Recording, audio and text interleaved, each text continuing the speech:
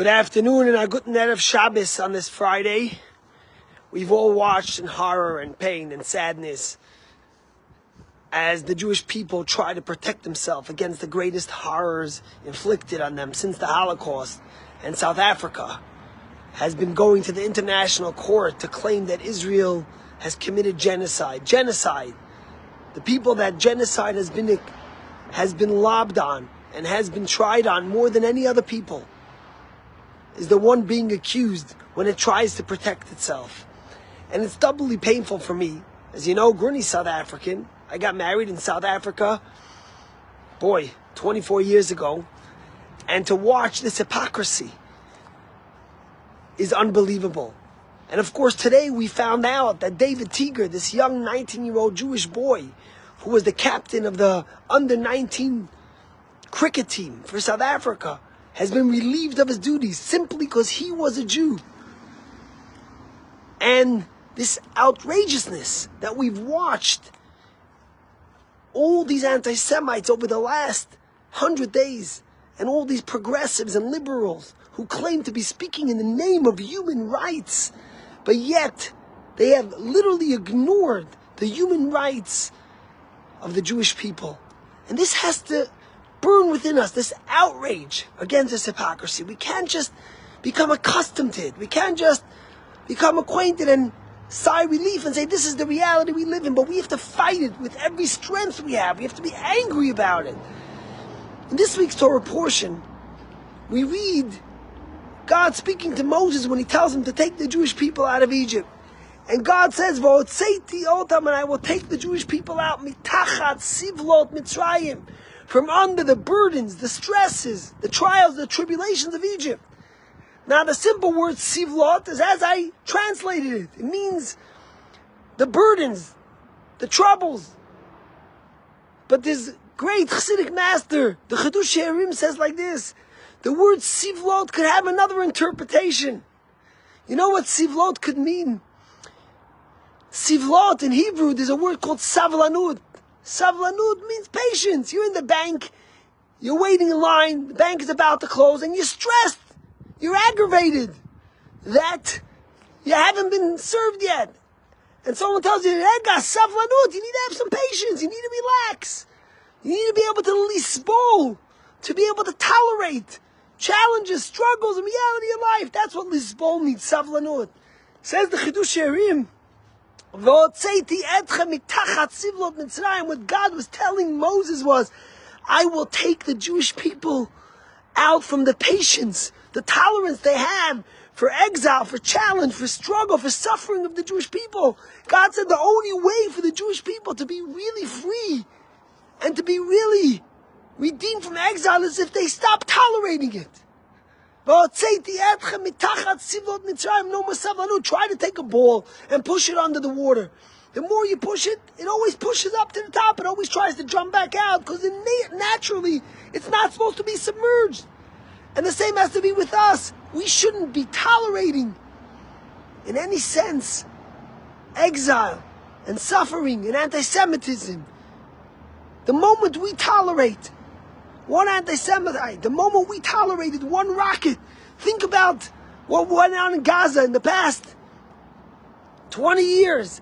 We became accustomed. We had savlanut, we had patience, we had tolerance for rockets being thrown on our children, on our communities. And look what it led to. We have to be outraged by the anti-Semitism, not tolerate it.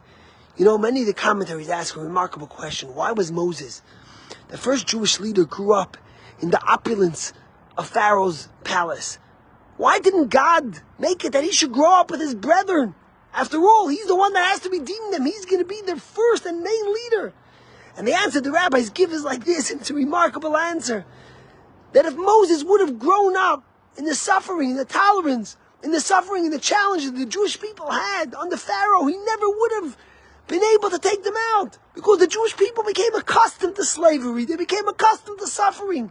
They needed someone like Moses, who grew up in the palace of Pharaoh, who grew up in abundance, in wealth, in affluence, to walk out one day, and he goes out to his brothers, and he sees their suffering, and he screams out when he sees an Egyptian hitting a Jew. Why? because he couldn't tolerate it. He didn't have the savlanut. And that's what God tells Moses when he's about to take out the Jewish people. I will take them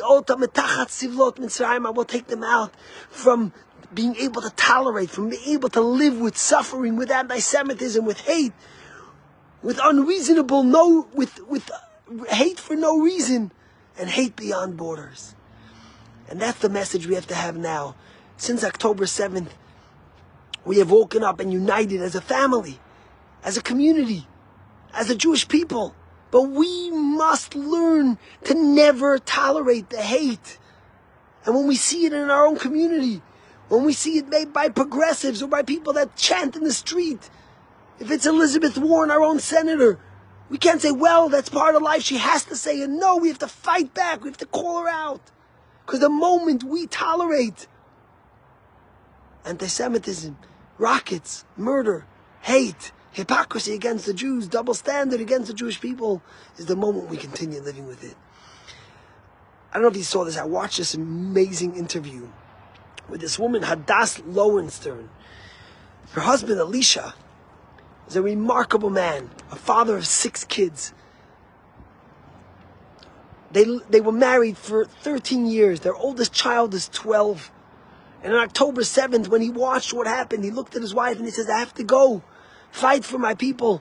And he went to the army and he went to fight. And for 10 weeks, he fought. 8 weeks, His wife spoke to him once for 1 minute or twice. Literally, he had no time even to speak. He was the first tank that rolled into the south of Gaza to fight and to kill terrorists. And something happened to soldiers and he went to try to protect them. And he was shot and he died. And I watched the interview of his wife. You must watch it if you haven't. You could search it on YouTube or I'll put it in the comments here. And she speaks about what happened. She speaks about how remarkable her husband was, how he never wasted time studying Torah, celebrating with his kids, enjoying Shabbos. And she writes about how she and her 6 kids will lead a normal life and will be happy Jewish family and will continue to live because that's what a Jew does, even in the face of so much sadness. She has a child who barely doesn't even know how to speak yet, couldn't even say Abba yet, couldn't even call his father yet, and now he has no father to call. But this woman is the true heroic of the Jewish people, and the mothers like them, the wives of the soldiers who are protecting Am Yisrael. May we learn from them not to tolerate anti-Semitism, not to tolerate Jewish hate, not to tolerate hypocrisy, and not to tolerate people wanting to annihilate us and kill us. And because of that, as God says, I will take them out, and I will redeem them, and I will take them to me as a nation, because we will have the courage to be intolerant of all that's going on in the world. Have a great day.